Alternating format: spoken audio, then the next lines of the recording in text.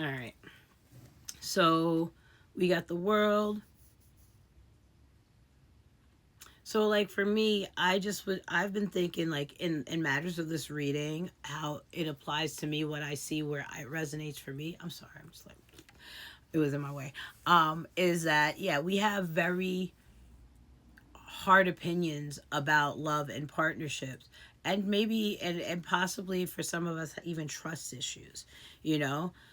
But even the people and the situations that have let you down, that have let you down, there's a spider web up there, and I don't remember it being there, so I was looking to see if there's a spider in it. um and so I feel like a lot of things are happening, but and it's not something that you're doing. But again, you could, like I said this I was saying this at the close, you could be in a relationship with somebody, or you could be I mean, like I went my whole life not knowing my mother was a narcissist, and it wasn't until I had a boyfriend in my 30s and they hated each other for whatever reason that I realized, oh shit, they are identical. And then it was like, well, and I thought for my whole life that I was dating. I would avoid men that reminded me of my father because he's his own bag of crazy. and and then I realized the guys I was dating was actually more identical to my mother.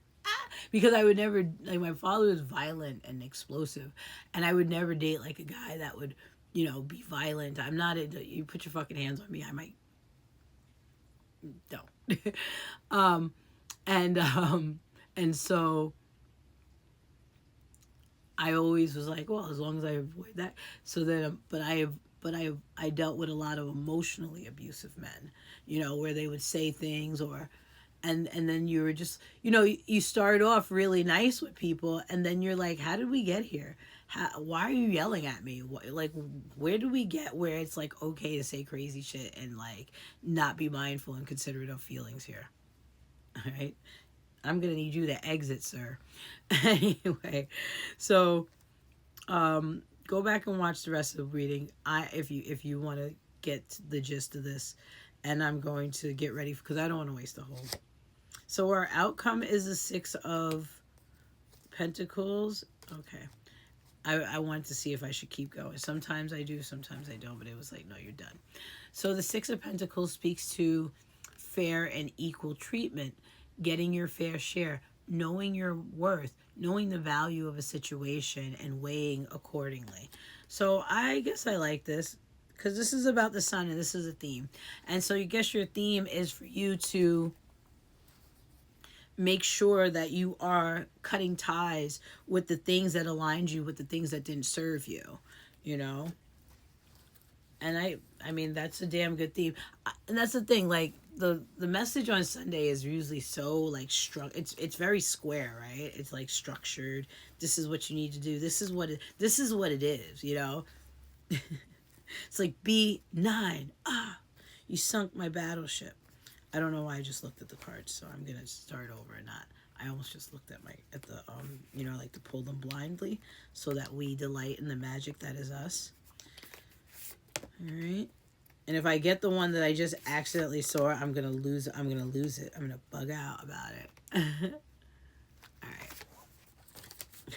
When I just went, did you ever see that video where the girl was on the guy's podcast, and she was like, "You should do that," and then she goes, and he goes, "Why do you do that?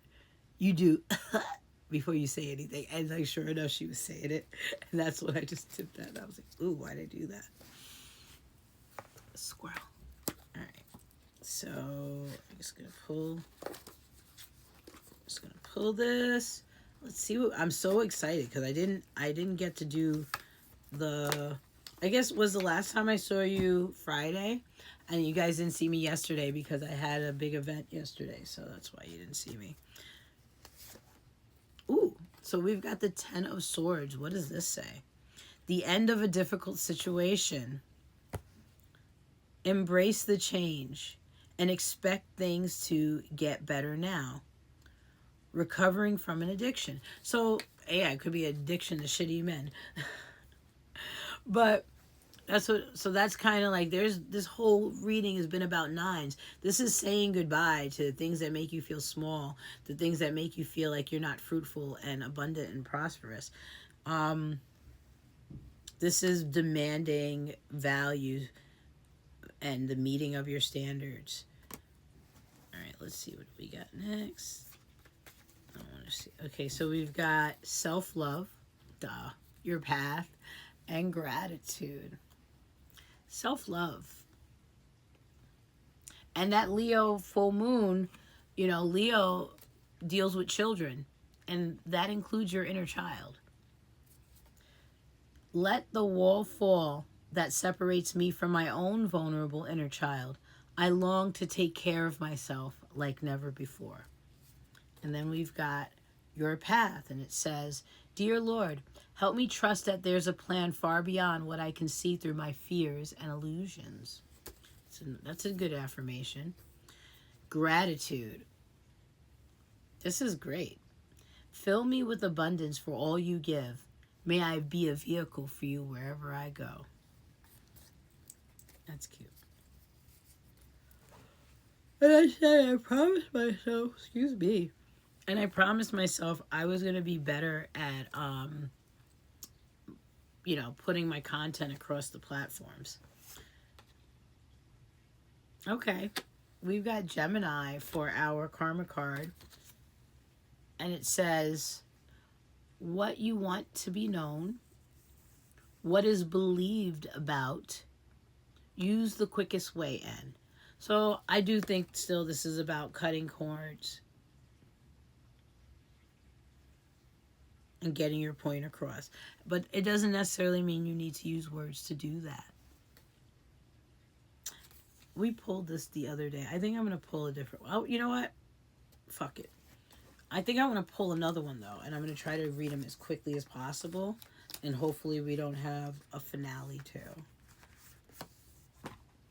We got the goat and the gazelle. Okay.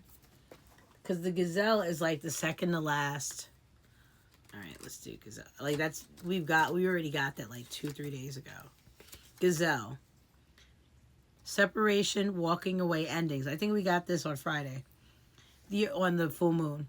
The arrival of this card may not be a welcome sight, my friend, but its meaning cannot afford to be minced. Whenever the gazelle energy is present, it's time to walk and maybe even run away, be it from a belief, a situation, or possibly even a person. There is nothing good here for you anymore. As difficult as it may feel, consider the grace the gazelle exudes as it flees the scene with great speed and alacrity. Even in the face of danger or defeat, the gazelle exudes confidence in its ability to bring itself somewhere new. There is wisdom in this energy for you too. Should you choose to ignore this card, it's likely the thing will get progressively worse. It's also likely that the part of you already knows whatever the card is pointing to isn't serving you anymore. Release fear. Recognize that the universe is quite fond of a vacuum. As soon as the space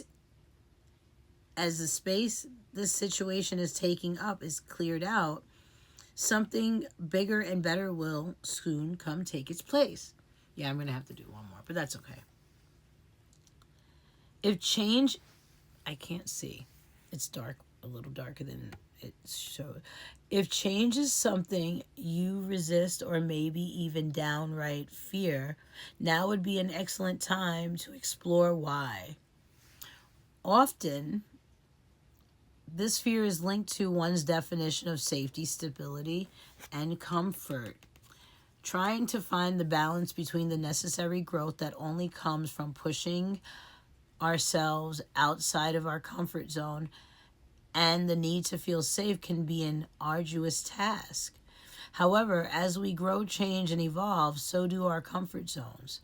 Consider the changes in your life that felt scary at first, but which you now are grateful for.